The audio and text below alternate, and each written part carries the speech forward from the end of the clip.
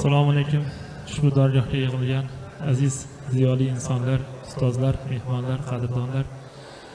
Bu dargoh bunaqa davrani topish juda ham mushkul, chunki bu yerda bari ahli ilmlar o'tiribdi.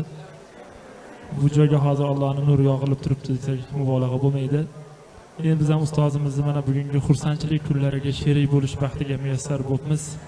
Ilohim ustoz umringiz uzoq bo'lsin. Tanjoningiz sog' bo'lsin. Ilohim bu mashaqqatli va faxrli kasblaringizda bardavom bo'ling. Bundan buyog'iga ham.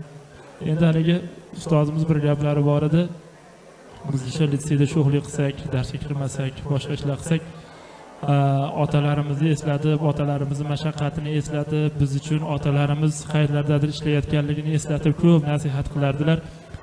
Shu joyda bir gap aytgandilarki, sen hali katta bo'lsang, otangning qadrini o'g'lingni tishi og'riganda bilasan degan gaplari bor ustozni.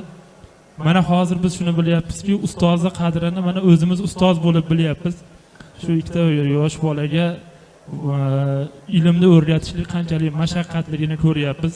Biz ilgari o'ylardik, shu kitobni o'qisa, masalani ishlasa, yodlab ketsa bo'ldi derdik. Unda emas ekanda.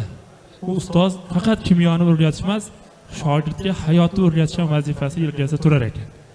Mana Xudoga shukr, biz ham o'zi shu litseyga bu akalarimiz qatori birinchi maqsadimiz shu vrach bo'lamiz, tibbiyot sohasiga kiramiz deb kirganmiz.